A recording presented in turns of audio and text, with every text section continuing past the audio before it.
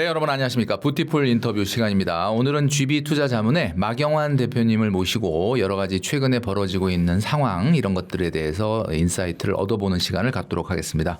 대표님 반갑습니다. 네, 안녕하세요. 네, 저희 부티풀 채널에 오랜만에 나와주셨는데 간단하게 구독자분들에게 인사 말씀 좀 해주시죠. 네, 뭐 일단 이런 훌륭한 채널에 제가 초대를 받아서 영광이고요. 네네. 그리고 오늘 말씀 나누는 것들이 투자자, 구독자 여러분들한테 좀 도움이 되시는 시간이었으면 좋겠습니다. 네네. 네. 저희가 대표님 나와주셔서 너무 감사드리고요.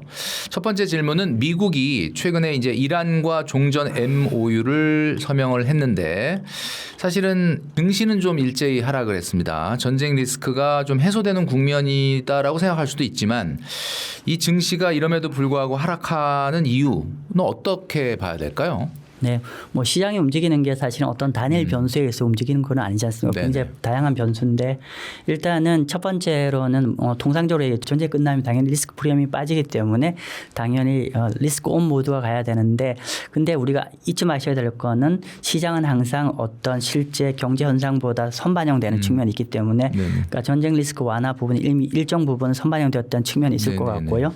두 번째로는 이제 최근에 우리가 특히나 미국의 S&P나 나스닥 같은 경우는 이제 밸류에이션이 꽤 비싼 이슈가 있기 때문에 이런 것 같은 경우는 기본적으로 우리가 가장 유심히 봐야 될 것들이 매크로 지표 중에 하나가 이제 할인율인 금리죠. 근데 우리가 이제 여러 가지 이유 때문에 최근에 미국의 금리 인상을 금년 하반기에 하지 않을까나 이런 우려감 때문에 이제 기본적으로 이제 약간 조정을 보이는 것 같고요. 세 번째로는 한국과 똑같은 요인입니다. 한국 시장과 가장 똑같은 요인이라고 하면 기본적으로 AI 특히 반도체 중심으로 시장이 아주 쏠림 현상이 극단적으로 가고 미국도 동일합니다. 거기에다가 여러 가지 레버리지까지 같이 걸려 있는 상황이기 때문에 거기에 따른 어떤 여러 가지 조정 같은 게 같이 맞물려서 아마 그런 것 같습니다.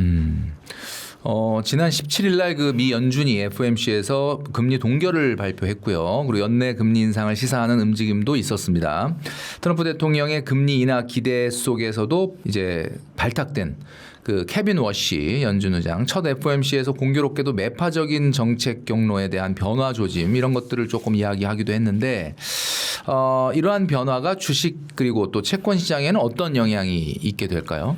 네, 일단은 우리가 이제 뭐 방금 첫 번째 질문에서도 그런 말씀 좀 드렸지만은 전체 시장에서는 이제 케빈 워시가 이게 동결은 했지만 호키시한 동결이지 않을까 그리고 향후에 금리 인상을 열어두는 동결이지 아닐까라는 우려감 때문에 사실은 시장에서는 이걸 또 선반영하는 구조이기 때문에 좀 이제 약간 상승에 부담을 주고 있고 조정장에 빌미를 좀 주는 형국이 되고 있는데 일단은 현재 제가 오늘 촬영한 시점에 아침에 나올 때 블룸버그 단말기에 현재 금년에 시장에서 지금 생각하는 연준 금리 인상의 컨센서스를 확인해 보니까 현재 35bp입니다. 35bp라고 하면 현재 금리를 한 1.5회 정도 인상할 여지가 있다. 즉 25bp 기준으로 한 번 내지 두 번 정도 인상을 할 거라고 견해를 시장은 판단하고 있다는 게 얘기고요. 그래서 전반적으로는 시장에서는 이제 금리 인상 쪽으로 지금 배시 좀 들어가고 있는데 저 개인적으로는 연준이 쉽사리 금리 인하가 쉽지는 않을 것 같다는 게 제 개인적 견해입니다. 그러니까 좀 달리 얘기하면은 기본적으로 우리 향후에 어떤 경제 펀더멘탈 변수 그러니까 움직이는 걸 더 확인해야 되지만은 현재 기준으로 얘기한다면 제 뷰는 금리 인하 모두 가다가 지금 동결되는 이 동결의 기간이 길어지는 쪽으로 약간 더 생각이 저는 맞다고 생각하고 있고 그럼 왜 시장은 한두 번 정도 인상을 생각하는데 왜 마 대표는 그럼 왜 동결 쪽 방향을 아직까지는 그렇게 유지하고 있냐. 물론 저 바뀔 수 있는데 현재 기준으로 말씀드리면 한 5-6가지의 지금 기준을 있습니다. 제가 한번 정리가 되는데 첫 번째는 뭐냐면은 최근에 이제 연초만 전쟁 전만 하더라도 연준이 금리 인하 쪽 모드였는데 인상으로 바뀐 건 가장 직접적으로 이란전이 불거지면서 이제 고유가가 가고 이 전쟁이 길어지면 고유가가 생각보다 길어지면서 이제 전체적으로 물가를 파급 효과가 있으면서 이제 물가 상승 압력이 크기 때문에 금리 인상을 해야 되지 않겠냐라고 얘기를 하는데 근데 우리가 좀 곰곰이 생각해 봐야 될 게 뭐냐면은 그러면 우리가 통상적으로 물가가 올라가니까 이 물가를 제어하기 위해서는 금리 인상을 통해서 물가를 꺾어야 된다라고 얘기를 하는데 사실은 여기에 사실 정확히 부합되려고 하면은 이 물가가 올라가는 게 사실은 디맨드 쪽 사이드에 수요 과열로 인해서 물가가 올라가면은 사실 금리 인상 카드를 통해서 딱 꺾으면 정확히 맞는데 지금은 사실 그쪽이 아니죠. 디맨드 쪽 사이드가 아니라 코스트 푸시 쪽이다. 그렇죠. 서플라이 충격이기 때문에 서플라이 충격에는 사실 이론적으로는 금리 인상을 하더라도 워킹이 되지 않아요. 아, 예. 오히려 디맨드를 더 죽이는 특히나 미국은 K자 경제이기 때문에 오히려 더 충격파가 줄 여지가 있기 때문에 좀 제 얘기 말씀 길었습니다만은 아직까지 최근에 이제 물가가 올라오는 것들이 이게 어떤 수요 과열이 아닌 측면이기 때문에 아직 시장에서 대한 금리 인상이 그렇게 과연 필요할 것인가 퀘스천이고 두 번째는 우리가 전쟁 일단 끝났죠. 일단은 물론 이제 이게 잠정적으로 끝났지만 어쨌건 간에 큰 그림에서는 우리가 이번에 미국 물가가 올라가는 거에 시발점이 트리거된 것들이 고유가 부분이기 때문에 어쨌건 간에 이게 유가가 좀 하락하면 인플레이션 기대감을 좀 줄이는 거고 특히나 우리가 볼 때 통상적으로 금리를 볼 때는 지금 당장의 CPI도 중요하지만 중요한 건 영어로 이제 기대 인플레이션이라고 합니다. 즉 기대 인플레이션 하면 단기 기대 인플레이션이 아니라 중장기 기대 인플레이션이 올라가게 되면 연준 금리 인상을 하게 되는데 현재 중장기 기대 인플레이션은 그렇게 높지가 않아요. 게다가 현재 일단 종식 기대 인플레이션 어느 정도 잡히는 국면이고 세 번째로는 현재 물가가 오늘 아침에도 PC가 높았지만 사실 까보면은 코어 PC는 그렇게 아주 높은 레벨은 아닙니다. 그러다 보니까 오늘 장 초반에 보면은 코어 CPI가 3년 최고라고 했지만 사실은 시장에서는 오히려 국채금리 조금 내렸습니다. 그 상황에서. 왜냐하면 시장 예상한 부분이니까요. 즉 뭐냐면은 이번에 CPI가 어떻게 보면 통계적 착시일 수도 있다는 거죠. 뭐냐면은 우리가 최근에 보면은 어떤 일이 있었냐면은 작년 10월 달에 미국 정부의 셧다운이라든지 또 그러면서 몇 달 동안에 데이터가 안 나왔잖아요. 그냥 그런 부분들도 있을 여지가 있고 특히나 제가 쉽게 금리 인상을 하기가 좀 어렵다는 게 뭐냐면 미국이 양극화가 굉장히 심하다는 거죠. 미국의 양극화라는 거 하면 이런 거지 않습니까? 한국도 사실 비슷한 상황인데 네네네. 양극화라고 하면 지금 기본적으로 미국 전체의 경제는 굉장히 커지고 있죠. 즉 AI를 중심으로 해서 굉장히 커지고 있고 그래서 결국 미국의 전체 AI 중심의 경제가 결국은 GDP도 끌어올리고 또 미국 전체 소비도 끌어올리고 있죠. 왜냐하면 사실은 이제 결국은 개인들한테 전이가 되는 건 결국에 주식 시장이 올라가면서 이게 웰스 이펙트 부의 효과가 발생하면서 올라간 건데 이 부의 효과는 누구냐면 미국의 상위 20%가 전체 주식을 거의 한 80% 갖고 있는데 이분들의 웰스가 굉장히 커지다 보니까 결국은 소비를 굉장히 하는데 그런데 자세히 보면은 우리가 통상적으로 얘기할 때 미국 GDP를 얘기할 때 원래 정통적으로 얘기하면은 컨섬션 소비가 전체의 한 3분의 2를 차지하는데 근데 사실은 이제 원래는 이제 일반적으로 얘기할 때는 미국 전체의 중산층과 하위층은 사실은 주식을 안 갖고 있는 분들인데 이분들은 사실은 굉장히 힘든 상황이죠. 특히나 미국이 지금 계속 트럼프가 금리 인하를 계속 그동안 주장했던 이유가 뭐냐면 본인의 지원 그룹인 블루칼라와 중산층 내 이런 사람들의 요구사항이 뭐냐면 제발 물가 좀 내려서 우리 좀 살게 해주세요라는 얘기인데 결국 이런 분들은 주식도 없는 상황인데 이분들의 대출 금리가 비싸고 모기지 금리 비싸기 때문에 굉장히 살기가 힘들다는 거죠. 그러다 보니까 이제 그런 상황, 그러니까 이렇게 제가 좀 말씀 좀 길었습니다만은 위에 부분을 생각하면은 금리 인상이 정당화되지만은 이 아래쪽을 생각하면은 굉장히 정당화 어렵다는 거. 특히나 우리가 고용을 봐야 되는데 고용 파트를 보통 이렇게 말씀드리잖아요. 우리가 금리 정책을 구사할 때는 크게 두 가지잖아요. 하나는 물가 파트가 있고 두 번째는 이제 고용 파트가 있는데 물가 파트를 보면 금리 인상이 정당화될 수 있지만 과연 고용 파트가 정당화될 수 있을 건가? 물론 최근에 미국의 실업률이 큰 폭으로 올라가지는 않습니다. 약간은 안정화되어 있지만은 근데 자세히 보셔야 될 게 뭐냐면 중요한 거는 앞으로 어떻게 될 건가가 중요한 건데 미국의 고용을 우리가 조금 더 안에 들여다보면은 미국의 고용 창출은 기본적으로 미국 대기업 고용 창출을 하지 않습니다. 미국의 소기업들이 전체 고용의 60%를 커버를 하는데 근데 미국의 소기업들의 고용이 창출하는데 문제는 이제 중소기업 사장님들이 너무 힘들어요.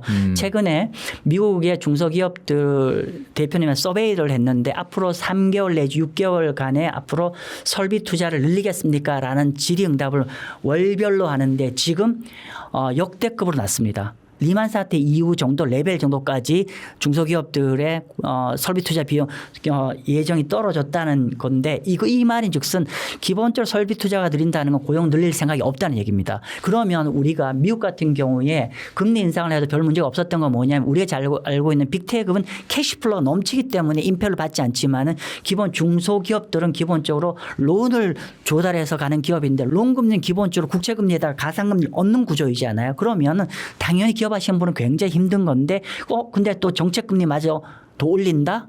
무슨 의미인지 아실 겁니다. 그러면 더 힘들어지기 때문에 이런 부분들을 보는 거고요. 그리고 또 하나는 마지막으로는 AI 기업의 생산성입니다.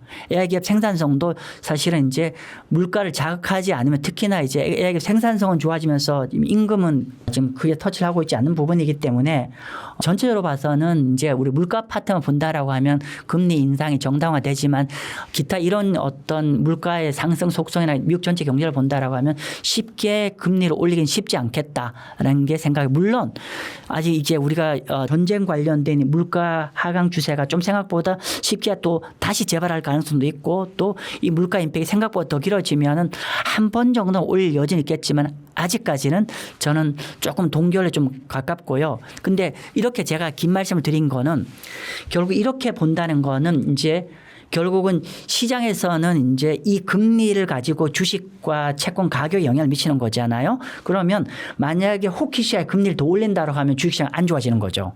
근데 저는 개인적으로 시장에서 예측하는 것만큼 금리가 과연 올라갈까. 물론 앞으로는 상황을 매크로 더 데이터를 봐야겠지만 현재 기준으로 보면 시장이 약간은 과하게 반영되어 있다는 거고요. 그다음에 채권도 마찬가지입니다. 채권도 현재 이미 미국 국채금리가 선제적으로 올라서 4.5 10년 국채금리가 4.5까지 올랐습니다. 근데 이게 원래 연초에 보면은 이게 한 4.0 근처에 4.5까지 올랐다는 건 이미 일정 부분 선반영이 되어 있는 부분이기 때문에 오히려 현재 금리가 그렇게 부담스러운 레벨은 아니다. 이렇게 좀 등락하겠습니다. 네, 사실 뭐 최근에 그냥 단순하게 금리 인상 카드가 나오고 가능성이 높아졌다라는 걸로 이해할 수 있는 것을 대표님이 좀 잘 풀어주신 것 같아요.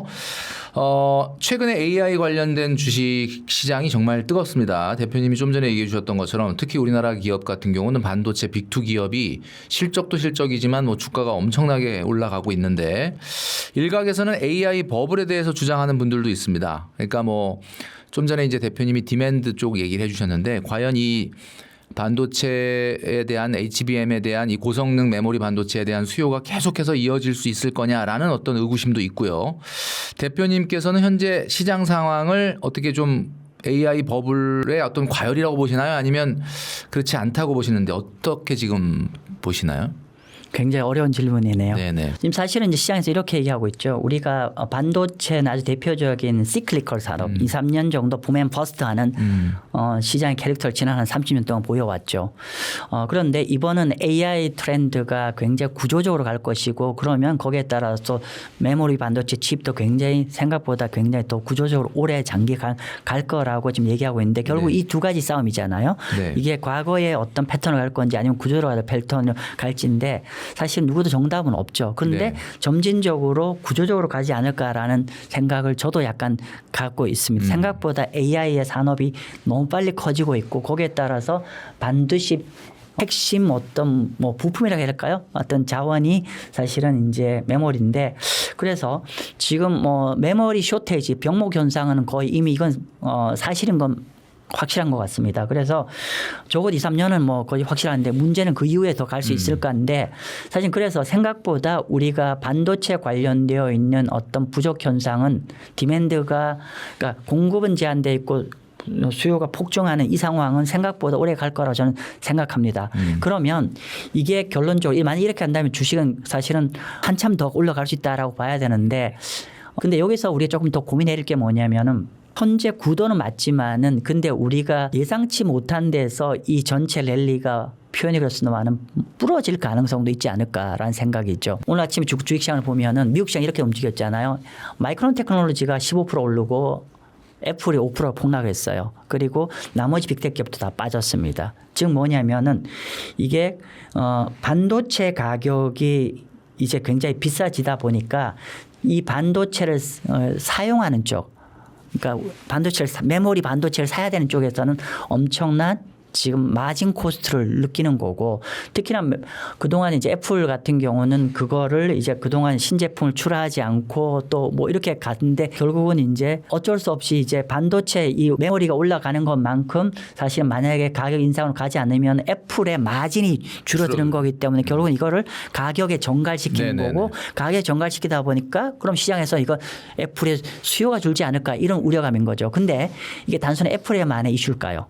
아니죠. 지금 거의 다 메모리 반도체가 들어가는 거기 때문에 그만큼 이제는 점진적으로 메모리 반도체는 바이 사이드의 부담으로 가고 있다는 게 하나의 걱정인 거고요. 좀 더 그러니까 대표님 이야기는 이렇게 반도체가 공급 부족 현상으로 가격이 폭등하는 것이 이거를 필요로 하는 수요 쪽에서는 상당한 부담으로 느껴지고 이게 가격의 서비스가 전가되면은 물가도 자극할 뿐만 아니라 이런 식으로 계속하다 보면 마진이 줄어드니까 수요도 결국은 줄일 거다. 네, 약간 이런 우려가 지금 시장에 네. 있는 거죠. 그렇죠. 보통의 맞습니다. 그래서 원래는 이제 뭐 저는 이제 투자 자문사를 하니까 약간 매크로 쪽 관련이다 보니까 사실 저는 아마 국내에서 보지 않을 레포트를 볼 겁니다. 예를 들면 통상적으로 골드만삭스나 JP모건 자료 같은 걸 보는데 저는 작은 회사지만은 글로벌 독립리서치 자료를 봐요. 통상적으로 글로벌 독립리서치를 하는 거는 골드만삭스나 JP모건 같은 데서 별도로 유료로 보는 페이퍼를 저는 보고 있거든요. 네네. 그래서 보통 기관 투자가 보는데 이런 데서 요즘 페이퍼 나온 게 연초부터 나온 게 뭐냐면은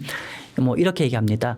세마이컨덕터 반도체는 반도체는 사고 미국의 클라우드 서비스를 제휴 데이터 센터를 건설하는 마이크로소프트, 애플 그리고 메타 아마존은 숏입니다.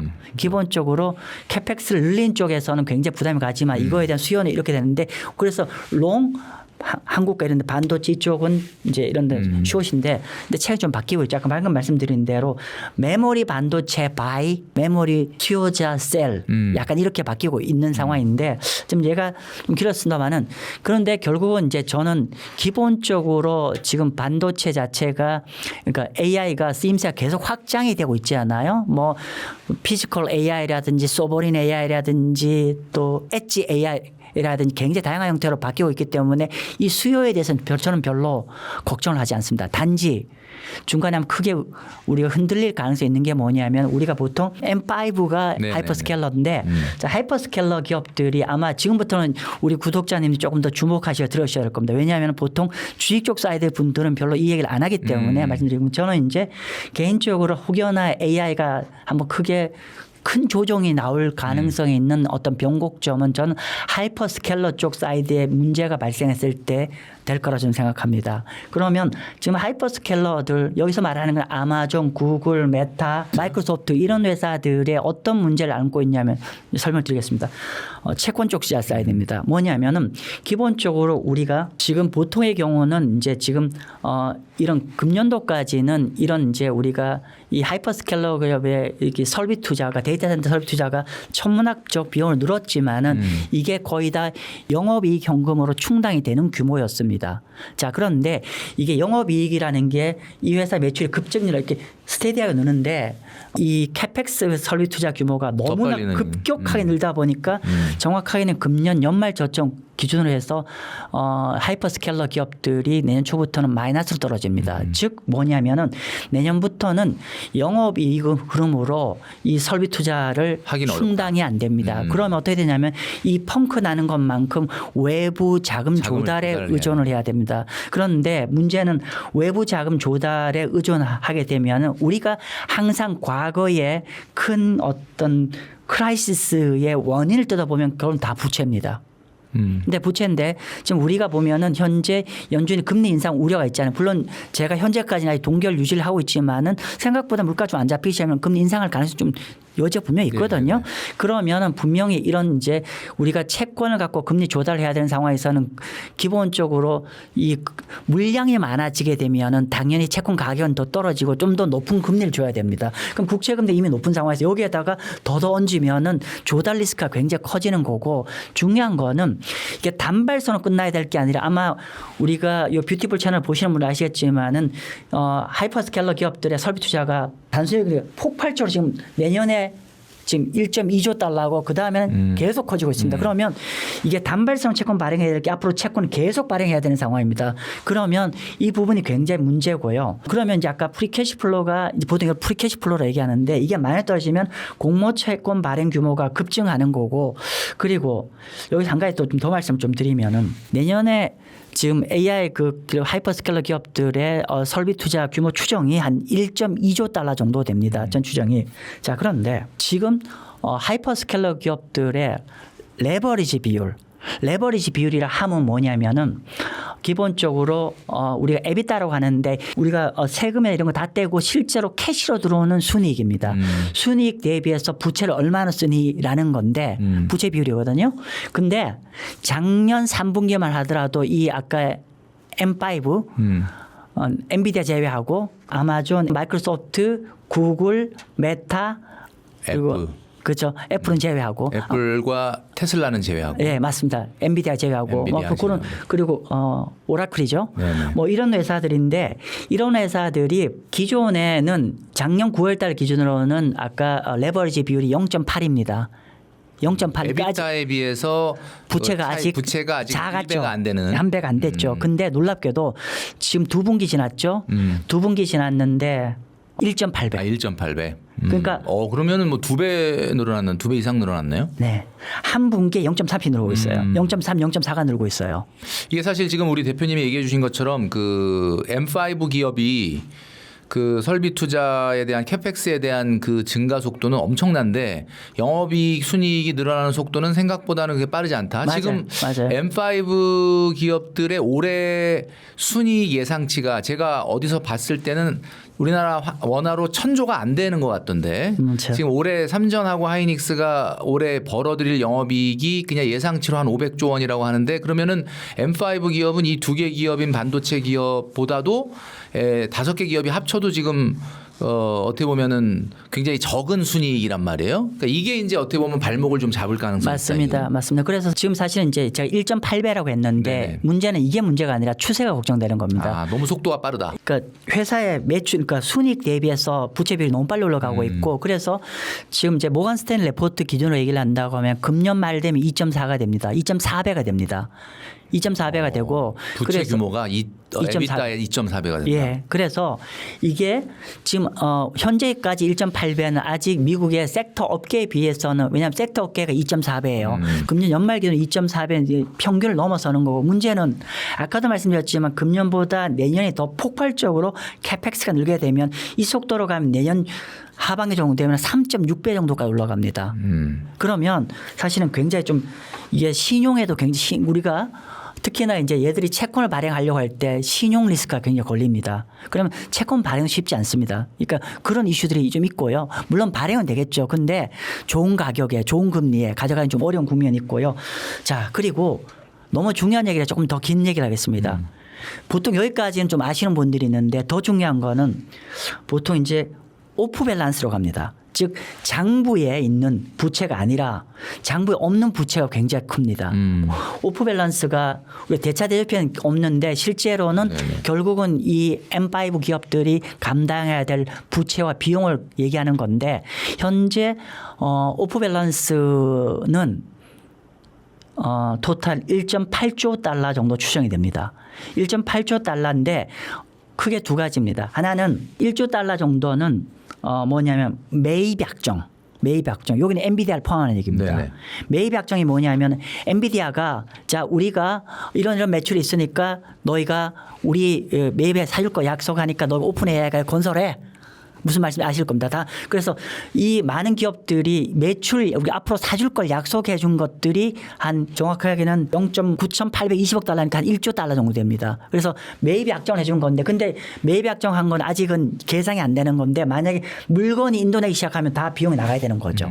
이게 사실은 미래에 어떻게 보면 그것도 부채일 수도 다 있어요. 부채입니다. 100% 부채입니다. 그 나가야 되는 거고요. 두 번째는 리스입니다. 금융 리스를 갖고 있는데 뭐냐면은 지금 이게 미국의 그 하이퍼스케일러 기업들이 캐펙 설비 투자가 너무 비용 부담이 되다 보니까 리스를 사용하는데 마치 이런 거죠. 우리가 제가 법인에서 자동차를 하나 사려고 해요. 자동차 법인차가 필요한데 그럼 예를 들면 이게 법인차가 한 1억 정도 됩니다. 그건 회사 비용 부담이 너무 크니까 통상을 어떻게 하냐면은 1억을 한 방에 나가는 것보다는 우리가 리스나 렌트를 차면 별로 뭐 부담이 안 되니까 100만 200만 원인데 그런 것들이 또 하이퍼스케일러 기업에 있다. 예, 근데 하이퍼스케일러 기업들이 아까 그 데이터 센터 건설의 비용이 너무 크기 때문에 지금 또 한켠에는 직접 짓는 것도 있지만 리스로도 지금 계약하고 있는데 그게 8천억 달러입니다.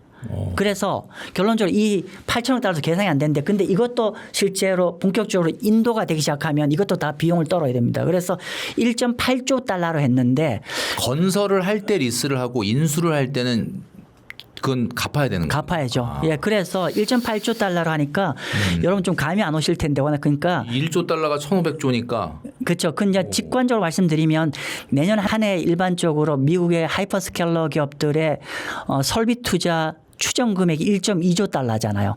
그럼 그 합친 것보다도 더 큰 규모의 부채 내지 비용 나가야 될 규모니까 어마어마한 겁니다. 그러니까 겉으로 보기에는 좀 우리가 이게 좀 사실 좋은 국면만 봤는데 오늘 대표님 얘기해 주신 걸 본다면은 이게 뭔가 한번 그렇게 AI 산업이 이렇게 꺾어질 수도 있는 여러 가지 위험 요소들이 있다. 예. 이런 걸 좀 보라는 이야기죠. 그리고 마지막 하나만 더 첨언을 드린다고 하면은 미국 하이퍼스케일러 기업들이 지금 데이터 센터를 굉장히 많이 짓고 있죠. 근데 이게 회계는 어떻게 처리되고 있을까요? 금년에 괜히 돈을 많이 들어 짓고 있는데 지금 당장 회계는 지금 어떻게 잡고 있냐면은 이게 건설 중인 자산이잖아요.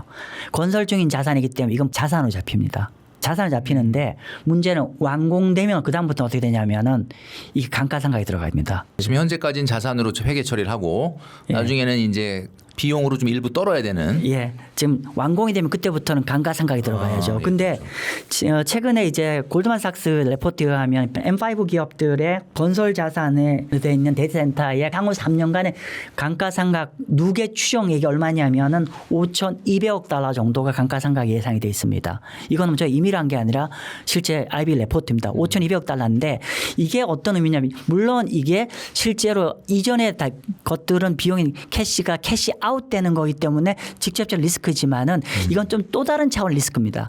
즉 5,200억 달러가 그 앞으로 비용으로 잡힌다라고 하는 건 뭐냐면은 예를 들면 제가 100을 벌었는데 감가상각으로 50을 털어버리면은 원래 순이익을 100을 가져가야 될 게 순이익이 50을 주는 거죠. 즉 뭐냐면은 향후 3년 동안에 하이퍼스케일러 기업들이 AI 비즈니스를 통해서 굉장히 매출이 폭발적으로 늘지 않고 현재와 비슷한 레벨로 수익이 스테디하게 매출이 나는 상황에서 감가상각 이 엄청난 규모가 들어오면은 M5 기업들의 매출이 순이익이 생각보다 많이 줄어들 여지가 있다. 그래서 이런 부분들도 우리가 좀 투자자들이 꼭 반대편 꼭 명심을 좀 하실 필요가 있지 않나 싶습니다. 자, 최근에 한국은행도 금리 인상을 좀 약간 기정사실화하는 듯한 발언들을 했습니다. 그리고 금리 인상이 된다면 국내 채권 시장에도 영향이 있을 텐데 대표님 그 우리나라 금리가 하반기에 인상이 된다면 시장에 어떤 영향이 있을까요? 보통 이제 우리가 금리 인상을 한다고 하면 채권 이제 하면 안 되겠네. 금리 더 올라갈 거네. 그러니까 이렇게 얘기하는데 우리가 자본시장이라는 건 그렇게 단순하게 움직이지 않죠. 뭐냐면은 우리 주식도 마찬가지로 우리가 앞단에 말씀드린 것처럼 전쟁 끝났는데 오히려 시장은 조정을 보이고 있죠. 즉 그만큼 금융시장은 어떤 뉴스보다 선제적으로 반영이 되고 있죠. 즉 우리나라가 지금 어떻게 보면 전 세계 우리 인류 근대 역사상에 처음 있는 엄청난 미중유의 반도체의 네네. 어떤 서프라이즈가 나고 있는데 사실 그 결과로 지금 보면은 채권 시장에도 지금 반도체 영향을 굉장히 받고 있죠. 이유는 뭐 우리가 그 결과로 이제 반도체가 워낙에 크게 돈을 벌다 보니까 주식시장 급등하고 또 거기에 따라서 우리나라의 주식을 많이 갖고 있는 중상위층들이 또 부의 효과가 있다 보니까 소비도 좋아지고 그러다 보니까 뭐 유동성도 좋아지고 뭐 이런 건데 또 반면에 한켠에는 중소기업이나 많은 부동산 담보대출 하시는 분은 굉장히 어려워지는 상황인데 이제 그럼에도 불구하고 워낙에 우리가 반도체 효과가 크다 보니까 금리 인상이 지금 현재 시장에 예측돼 있는 거는 금년 하반기에 2번, 내년에 1번입니다. 빠르면 7월 달부터 당장 다음 달부터 금리 인상이 들어갈 것 같은데 근데 아까 말씀드린 대로 우리가 투자자에 투자하는 거는 채권의 시장금리입니다. 정책금리가 아니라. 그죠? 그럼 정책금리를 결정하는 건 한국은행이고 시장금리를 결정하는 건 시장이 결정하는데 이미 시장에서는 정책금리 인상을 선제적으로 반영하고 있다는 거죠. 즉 좀 전에 말씀드린 대로 투자은행들이 볼 때 금년에 2번 정도 그리고 내년에 1번 정도인데 저는 이렇게 생각합니다. 2번, 1번으로 안 끝날 수 있을 것 같다. 상황에 따라 금년에 3번 할 수도 있을 거다. 그러니까 미국보다 우리나라가 금리 인상에 대한 속도가 빠를 수도 있다라는 이야기. 빠르죠. 예, 근데 여기서 3번이라는 횟수에 너무 놀라지는 마시고요. 보통 금리 인상이라고 하면은 0.25를 기준으로 얘기합니다. 0.25를 0.25가 아니라 0.5를 할 수도 있어요. 왜냐하면 최근에 원화가 너무 약하니까. 네. 그렇기 때문에 만약 7월 달에 원래 시장 컨센서스 0.25 맞습니다. 근데 상황에 따라서 원화 시장 오늘도 굉장히 약하게 가고 있는데 약간 이머전시로 대처하기 위해서는 오히려 서프라이즈로 0.5를 올릴 수도 있을 것입니다. 그러면 그렇게 본다라고 하면 토탈 한 4번 정도 되는 거죠. 횟수가. 0.25로 보면. 예, 0.14번 정도 됩니다. 자, 그런데 그럼 이렇게 되면 시장 금리가 더 엄청나게 또 폭등할 가능성이 있지 않냐라고 하는데 그러지는 않을 것 같습니다. 왜냐하면은 정책 금리가 시장 금리에 반영되는 걸 어떤 걸 보시냐면 3년 국채 금리를 봅니다. 3년 국채 금리가 보통 정책 금리를 선반영하는 구조로 가거든요. 네네네. 그래서 예를 들면 금리가 인하하는 사이클에서는 정책 금리보다 3년 국채 금리 더 아래로 떨어집니다. 네. 더 낮습니다. 그리고 반대로 금리 인상 사이클에는 정책 금리보다 시장 금리가 먼저 이보다 좀 더 위에 있어요. 자, 그런데 오늘 현재 3년 만기 한국의 국채 금리는 3.75입니다. 네. 즉 이 말인즉슨 현재 정책 금리 2.5거든요. 네. 1.25나 차이가 그렇죠. 나네요. 1.25라고 하면 0.25 기준으로는 5의 금리 인상이 이미 시장에 선제적으로 반영이 되어 있습니다. 그렇기 때문에 오히려 이게 저는 뭐 시장에서 우려하는 거에 거의 대다수를 이미 시장 금리가 저는 반영을 하고 반영하고 있다고 있다. 합니다. 물론 투자자들은 그런 거 아주 전문적인 게 아닐 때면 또 그런 우려가 또 약간 더 금리가 올라갈 여지는 있지만 그냥 펀더멘탈리 해석한다면 이장 그런 부분들은 상당 부분 반영이 되어 있고 그리고 우리가 또 하나 한편 말씀드렸지만 우리가 K자 경제잖아요. 네. 금리를 과연 제가 예상한 거가 아까 4번 정도 시장을 해갖고 저희는 5번 반영돼 있는데 만약 그보다 더 위로가 못 했을까요? 참고로 우리나라는 가계부채가 전세 주요 국가 중에 넘버1입니다. 그러면 우리가 강남만 바라볼 수 없잖아요. 수도권 이외에 많은 사람들과 중소상공인들은 너무나 힘들어하는데 금리를 더 올린다? 이게 적절한 레벨이 있을 겁니다. 그렇기 때문에 그런 걸 감안한다고 하면은 저는 이미 시장에 반영되어 있는 금리가 충분히 반영되어 있기 때문에 채권 투자자 입장에서는 현재 펀더멘탈을 보면 이미 충분히 매력적인 금리 레벨에 와 있다. 그러나 그걸로 인해서 더 추가적인 금리 시장 금리의 상승이라는 건 너무 우려하지 않아도 된다. 예, 단 이렇게. 시장에서 아직은 이제 그런 수급적 측면에서 워낙에 반도체가 세게 가고 있기 때문에 그리고 한국은행에서 과연 시장 예상한 거 정도로 올릴지 아니면은 무리해서라도 오늘도 뭐 우리 그 경제수석인가요? 뭐 믿지 못할 숫자가 나올 가능성이 있다라고 하반기에 그런 얘기를 했는 것처럼 그런 어떤 불확실점이 있으면은 그보다 조금 더 올릴 여지는 있지만 절대적 레벨은 펀더멘탈을 보면은 이미 충분한 레벨이기 때문에 밸류에이션은 그러니까 금리 레벨은 절대적으로 매력적이다. 그러나 어떤 수급적 측면에서 지금 반도체 주식으로 너무나 많이 가고 있기 때문에 아직 단기간에 이게 금리가 바로 꺾이거나 또는 채권 가격이 급등할 가능성도 좀 어렵기 때문에 정리를 하면은 현재 금리 레벨은 매력적이다. 그러나 조금 금리가 조금 추가적으로 올라갈 룸도 있으면 그럼 더 분할 매수하면 된다. 그래서 투자 전략으로는 현재 금리를 킵하고 가격 리스크한테는 크게 노출을 안 시키는 걸 좀 추천드립니다. 최근에 그 환율이 뭐 여러 채널에서도 이 다루고 있는데 좀처럼 내려오지 않습니다. 이게 수급 자체가 뭐 달러가 사실 많이 들어오고 있다고는 하는데 외환위기 이후에 28년 만에 최고치를 기록을 했고 지금도 이 영상을 찍고 있는 시간에 보니까 1,540원을 지금 넘어서 유지되고 있는데 이렇게 고금리, 고유가, 고환율 이런 게 지속이 된다 그러면은 자산 시장이 뜨거운 거와 별도로 경제 위기가 발생할 가능성도 있다라고 하는 이야기가 들리는데 어떻게 대표님 보시기에는 이 자산 시장의 아주 뜨거운 이런 거와 달리 경제 위기가 실제로 올 수 있다고 보시나요? 어떻습니까? 누구도 정답은 갖고 있지 않지만은 저는 그렇게 너무 걱정하지 않아도 된다가 예. 결론입니다.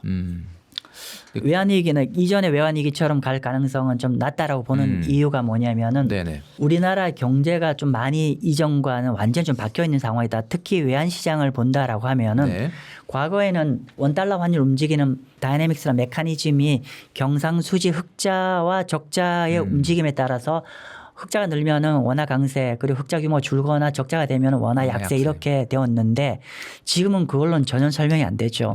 오히려 어떻게 보면 역사상 최대의 흑자가 나는데도 불구하고 네네네. 이렇게 원화 굉장히 IMF급으로 지금 약세로 가고 있는데 그거는 아마도 기본적으로 첫 번째 이유는 뭐냐면 이게 우리가 외환위기가 아니라 구조적으로 지금 어떤 우리 달러 수급 상황이 바뀌었기 때문에 설명드려야 되는데 첫 번째로는 뭐냐면 그러니까 외환 수입 수급 구조가 바뀌었다는 거죠.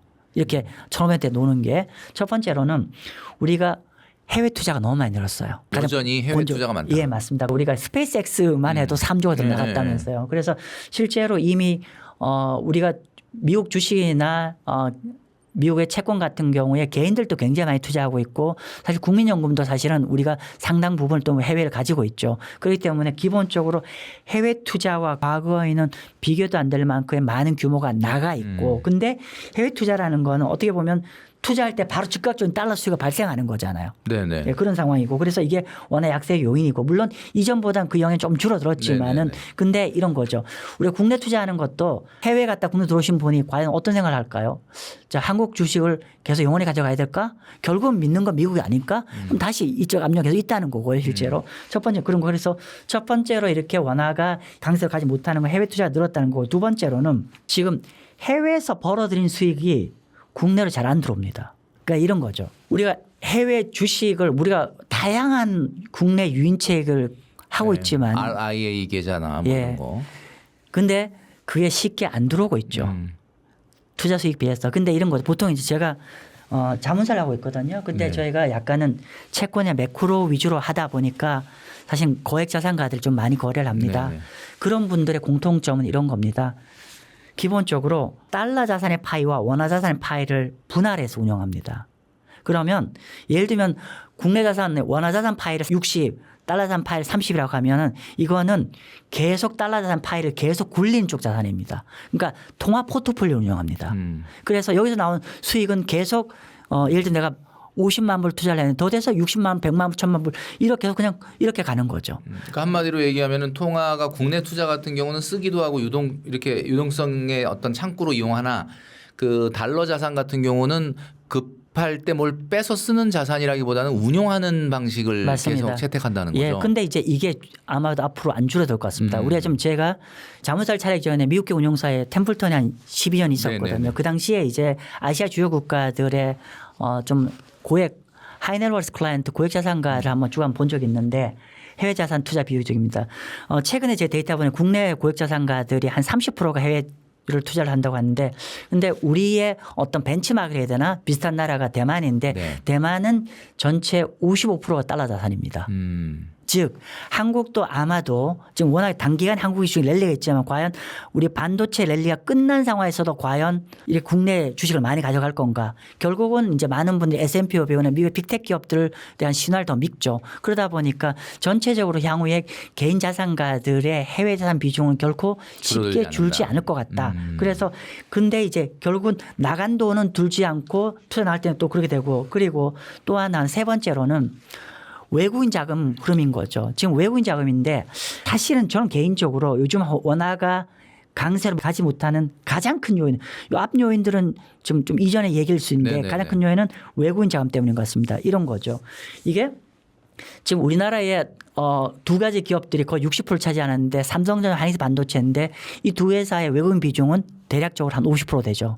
그런데 우리가 보면은 이제 제가 이제 미국의 운용사에 있어 보면 아는데 보통 이렇게 됩니다. 이머징 마켓 포트폴리오에 보면은 컨트리별로 웨이트가 딱 정해져 있습니다. 그럼 예를 들면 한국 25%, 대만 25%, 뭐 차이나 20% 뭐 이렇게 있을 거 아닙니까? 그런데 지금 최근에 어떤 상황이 발생했냐면은 작년과 금년 연초의 금년에 한국이 압도적으로 치고 나왔어요.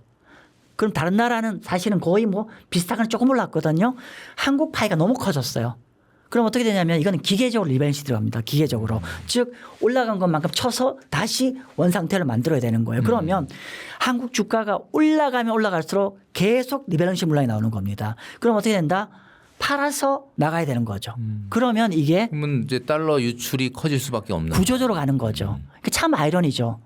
우리나라 반도체가 잘 되는데 이 외국인 자산 비중 때문에 이게 반대로 자금 나가야 되는 역할 구조이니까. 그게 이제 외국인 비중이 특히 빅2 기업에 대해 이 반도체 빅2 기업에 또 굉장히 크다 보니까 달러 유출이 구조적으로 올라가면서 다 가격이 올라가면서 또 빠져나가는 일이 그렇죠. 많아진다. 구조적 기계적인 리밸런싱이 기계적인. 들어가야 되는 거니까 이게 뭐 그러니까 최근에 외국인 매도가 이렇게 계속 나오는 이유가 그런 예, 구조적인 맞습니다. 이유가 뭐 있다. 어떤 한국의 두 회사의 어떤 펀더멘탈 이슈라기보다는 기계적인 이슈라고 보고 그렇기 때문에 결국은 경상수지 흑자가 워낙 강세 공시가 이미 완전히 무너진 상황이고 그런데 아무튼 다시 정리를 하면 이런 로직 때문에 현재 고환율이 어떤 외환 위기에 이런 상황은 아니다.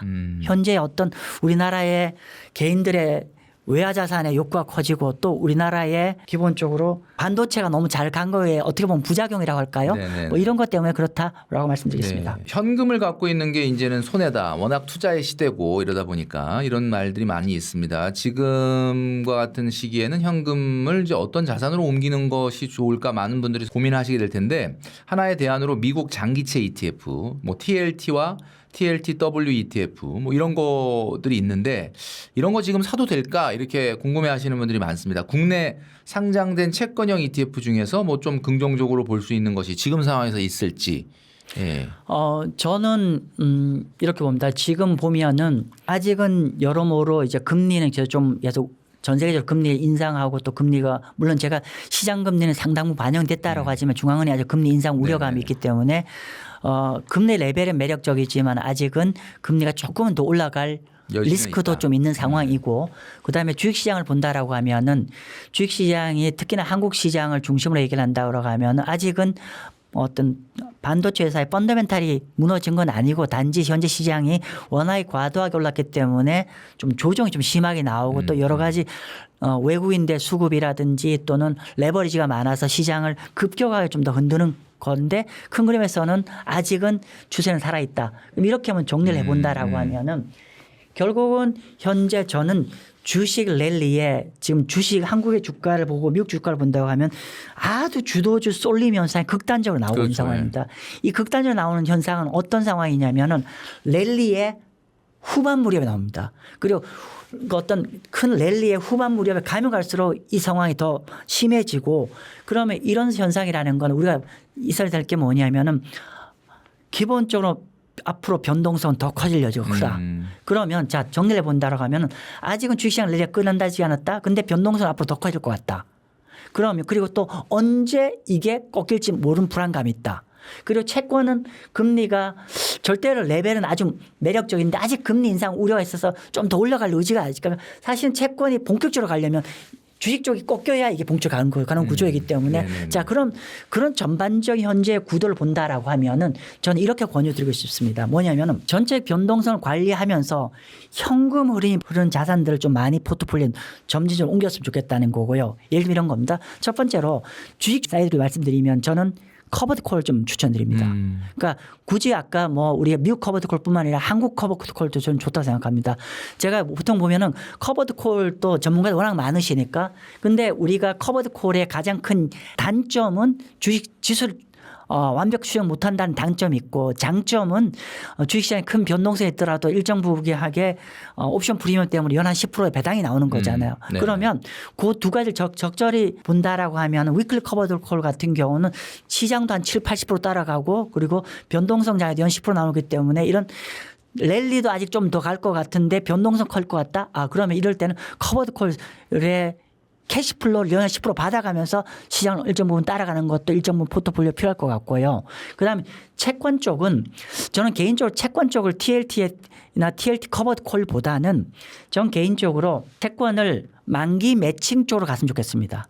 그러니까 우리가 보통 채권을 얘기를 한다라고 하면은 채권 투자 수익은 이자 수익이 있고 금리에 따른 가격 차익을 바라보는 건데 우리나라 많은 투자분들은 너무 주식처럼 채권 그렇죠. 게임을 해요. 장기 채권을 갖고. 네네. 근데 지금은 아직은 가격 리스크는 있죠. 근데 금리는 굉장히 매력적이에요. 지금 예금금리 아마 제가 이런 말씀 지금 현재 예금하시는 분은 좀 과한형인데 바보입니다. 채권을 가지고 예금을 완벽하게 대체를 하실 수가 있습니다.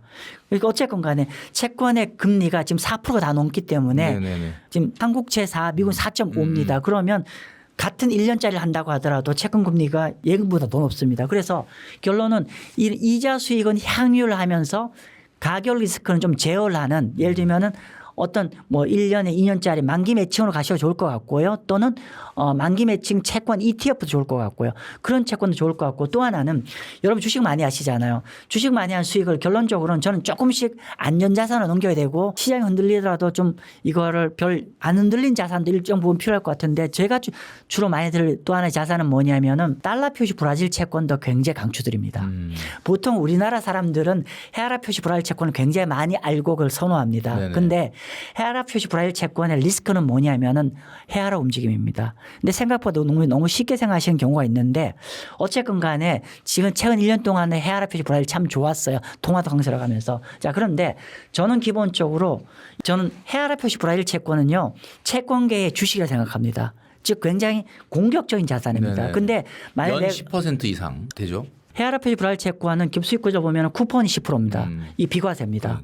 그리고 지난 1년 동안은 금리도 내렸어요. 그래서 가격도 좋고. 가격 좋았고 또 지난 1년 동안에 원화 대비 헤아라가 한 20% 이상 올랐습니다. 토탈 50% 수익 났습니다. 전액 비과세입니다. 예.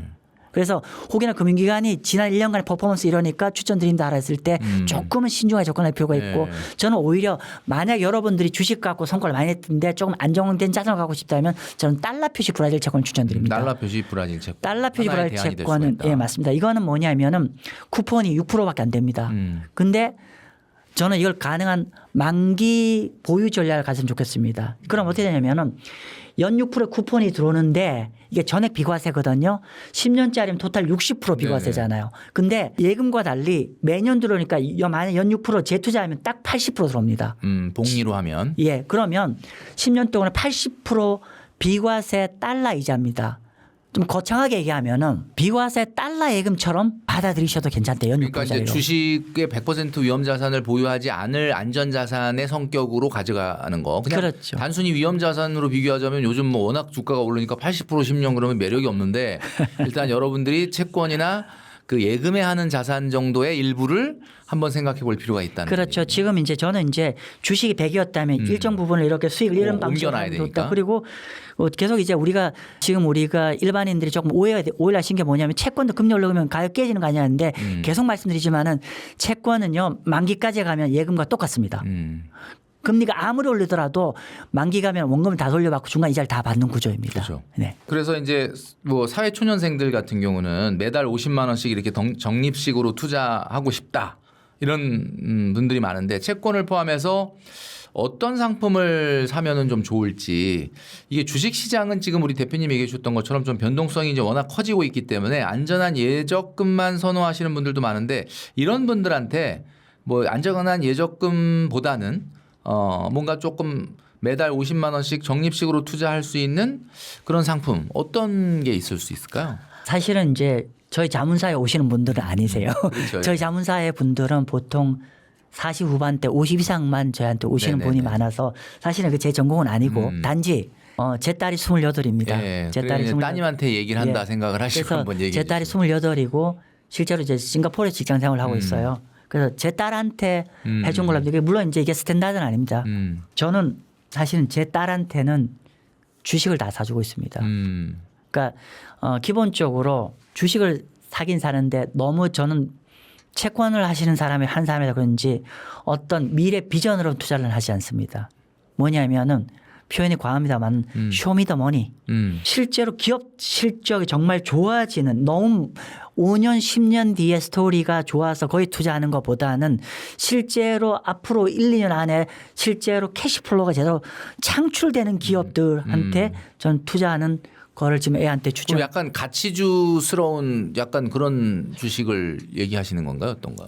예를 들면 삼성전자죠. 사실 삼성전자가 이제는 성장주라고 보기가 조금 어려워지지 않았습니까? 이제는. 뭐 성장주의자 가치주의죠. 그렇죠. 예. 예를 들면은 뭐 그런 주식이나 구글 같은 이런 주식을 사실은 벌써 한 얘는 대학교 1학년 때부터 투자를 해서 네네네네. 생각보다 성과는 굉장히 좋습니다. 네. 네.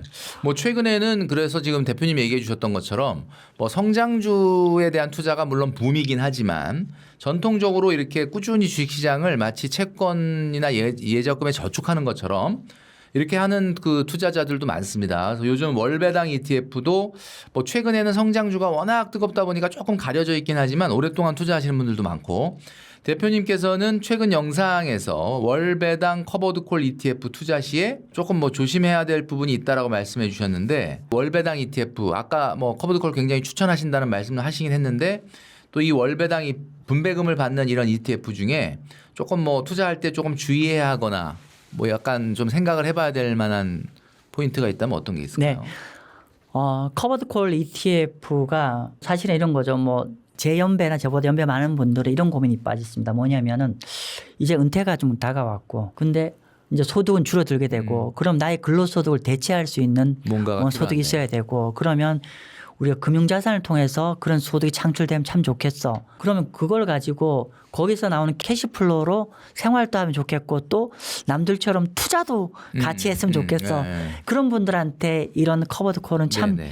바람직하죠 사실은. 네네. 근데 물론 이제 자산은 제가 다른 인컴 자산과 혼용해서 하라고 말씀드리는데 네. 커버드 콜로 국한되면은 그래서 이런 이제 월배당 상품이 사실은 우리의 고령화 이전에 갔던 일본에서 엄청난 선풍적 인기를 끌었다가 또 최근에 많이 좀 사가들었죠. 근데 커버드 콜 ETF를 고르실 때 첫 번째는 너무 과도한 분배율을 주는 ETF는 좀 우리가 지양하자. 너무 과도하다라는 게 대표님 보시기에는 한 어느 정도가 적절해요? 직관적으로 말씀드리면 직관적으로, 네. 원래 이론적으로 얘기하면 7% 정도 됩니다. 아, 7%. 사실 7%도 낮은 건 아니잖아요. 그렇죠. 그죠? 근데 이제 옵션 근데 이 7%가 항상 그걸 적정하다고 얘기하기는 좀 어려운데 이게 기본적으로 옵션 프리미엄이란 건 변동성을 기초로 해서 뽑는 거기 그렇죠. 때문에 근데 한국이 지금 변동성이 엄청나게 크죠. 그렇죠. 그렇기 때문에 10에서 한 12%도 그 과한 레벨은 아닙니다. 아. 근데 한때 어떤 걸 보냐면은 이게 커버드 콜 관련해서 18% 20% 이렇게 막 뽑아주는 데도 있어요. 네. 그래서 이건 좀 과한 것 같다. 제가 최근에 미래에셋 자산운용 분들하고 좀 제가 같이 콜라보로 제가 유튜브 좀 준비를 할 일이 있어서 이런저런 디스커션 하면서 미래도 그런 고민들이 있다고 하더라고요. 경쟁사들이 너무 세게 너무 세게 커버드 콜을 자꾸 얘기를 해서 근데 일반 투자자들은 자꾸 거기에 현혹되는 거니까 마치 이게 조삼모사가 되면 안 되잖아요. 만약 장이 꺾이기 시작하면은 결국 원래 커버드 콜이 그러니까 분배금은 커버드 콜 프리미엄에서만 줘야 온전한데 잘못하면은 여기서 충당이 안 되면은 원본을 뜯어서 줘야 되는 형국이 발생하는 상황도 발생할 리스크가 있다는 거고요. 그렇기 때문에 커버드 콜을 보실 때 첫 번째는 아까 너무 과하게 보지 말라. 그리고 두 번째로는 당연한 기본적인 얘기지만 기초자산의 좀 성장성도 꾸준히 봐야 되는 거죠. 꾸준히 스테디 가느냐. 왜냐하면 제가 자주 말씀드리지만 예를 들면 제가 10억 큰 돈이죠. 근데 예를 들어 커버드 콜 10억 있는데 중요한 건 제가 이 10억을 가지고 앞으로 30년을 살고 싶어요. 예를 들면은 그러면 지금 10억이 10년 뒤에도 현재 가치로 10억을 만들려면은 계속 이게 걔도 성장을 해야지 그렇죠. 되는 거죠. 그렇죠. 그냥 액면이 아니라. 그렇죠. 내가 저수지가 있다면 저수지에서 이렇게 물을 끄집어내는 건 중요하지만 이 저수지가 마르지 말아야죠. 적어도 인플레이션을 해치할 정도는 그렇죠. 계속 꾸준히 가야 되는 거죠. 그래서 커버드 콜을 갈 때 과연 어떤 자산이 기초 자산일 것인가에 대한 고민을 좀 성장성도 봐야 되는 거고. 근데 이게 결론적으로 좀 얘기 좀 길었으나마는 토탈 리턴을 봐야 된다. 토탈 리턴 안에는 분배율과 기초자산의 가격이 상승하는 이 이걸 종합적으로 보시라는 거고. 근데 일반인들이 불행히도 우리나라의 어떤 이런 그 사이트나 이런 거 보면은 토탈 리턴 즉 분배율과 뒤에 분배 빼고 난 이 기초자산의 가격을 합친 평가를 보여준 데가 별로 없더라고요. 약간 그게 좀 아쉬워요. 근데 좀 힘들지만 토탈 리턴 총수익으로 꼭 평가를 해봐라 그런 얘기고 그리고 하나만 더 첨언을 한다라고 하면은 커버드 콜 중에서 우리가 월 분배금과 위클리라고 하죠. 네. 주간 분배금이 있는데 여러분 선택하셔야 됩니다. 뭐냐면은 안정성 위주로 갈 거냐 아니면 지수 추정을 좀 더 최대한 많이 할 것이냐 그걸 선택지를 가져가야 되는데 둘은 동시에 달성되는 거 아닌데 여러분 선택하셔야 되는데 만약에 난 배당을 받고도 최대한 지수 추정을 많이 하고 싶다면 위클리로 가셔야 되고요. 근데 위클리보다는 그래 좀 꾸준하게 좀 가고 싶어 좀 배탈 낮추고 싶다는 거는 월간 배당 쪽을 추천을 드리고 싶습니다. 그거는 여러분의 선택을 좀 하시면 좋을 것 같습니다. 그리고 마지막 한 말씀 더 드리면은 커버드 콜 ETF만 가지고 그게 절대적일 수 없다. 왜? 장이 무너지면은 일반 지수보다는 덜 무너지지만 그런 불구하고 이것도 같이 빠집니다. 그렇기 때문에 캐릭터가 다른 현금이 창출되는 자산도 같이 있어야 되고 그 가장 대표적인 게 채권 관련된 인컴 자산들입니다. 예. 그러니까 뭐 결국은 뭐 우리가 늘 말하는 거지만 우선 포트폴리오에 너무 한쪽으로 치우치는 포트폴리오를 갖게 되면은 상황에 따라서 좋을 수도 있고 안 좋을 수도 있다 이런 말씀을 해주신 것 같습니다. 자 오늘 우리 대표님 여러 가지 이야기해 주셨는데 우리 뷰티풀 구독자분들에게 하반기 정말 그 어느 때보다도 불확실성이 좀 커지고 있습니다. 우리 국내장은 지금 10% 올랐다 그 다음날 10% 빠졌다 그 다음날 또 다시 10% 올랐다 이게 정말 정신이 없는데요. 이런 상황 속에서 우리 마지막으로 우리 대표님께서 구독자분들에게 좀 한마디 이렇게 앞으로 어떤 대처를 하는 게 좋겠다라는 조언을 한 말씀 해 주신다면 어떤 이야기를 해 주실 수 있을까요? 일단은 우리가 주식시장을 바라볼 때 우리가 좀 펀더멘탈 위주로 봤으면 좋겠습니다. 우리가 물론 이제 많은 유튜버 굉장히 큰 채널에서도 수급을 가지고 뭐 국민연금을 가지고 뭐 이런 다양한 얘기를 수급을 많이 하는데 사실은 그건 단기 요인이고 결국 주식이라는 건 펀더멘탈리 AI 반도체 추세가 어떻게 되는지 여부로 우리가 어떤 의사 판단을 하시는 게 더 중요할 것 같고요. 그래서 그런 중심을 가져야 될 것 같고 그런데 이 펀더멘탈도 아까 말씀드린 대로 외관적으로는 굉장히 좋지만 예상치 못한 우리가 해외적인 변수도 항상 도사리고 있기 때문에 저는 항상 어떻게 보면은 양손잡이가 좀 필요할 것 같습니다. 한쪽에는 공격, 우리 두 반도체 회사 중심 잡고 근데 이 또한 또 우리가 그 중심 잡기 위해서는 수익이 꽤 많이 났다라고 하면 적절하게 이렇게 실현을 이거를 좀 하고. 그렇죠. 실현하면서 또 지키는 자산에 대한 밸런스를 좀 맞춰 나가면은 이렇게 흔들리는 장안에서도 사실은 좋은 재테크를 할 수 있는 금년 하반기에 어떤 시간이 될 것 같습니다. 네. 네, 오늘 마경환 대표님, 저희가 평상시에 듣지 못했던 조금 깊이 있는 이야기도 우리가 나눠주셨는데 너무 한쪽으로만 하는 얘기가 아닌 좀 다른 국면으로 보는 그런 시간이 아니었나라는 생각을 합니다. 그래서 여러분들에게 굉장히 도움이 되지 않았나 싶습니다. 오늘 대표님 나오셔서 여러 이야기 해주셨는데 대표님 감사합니다. 네, 감사합니다. 네.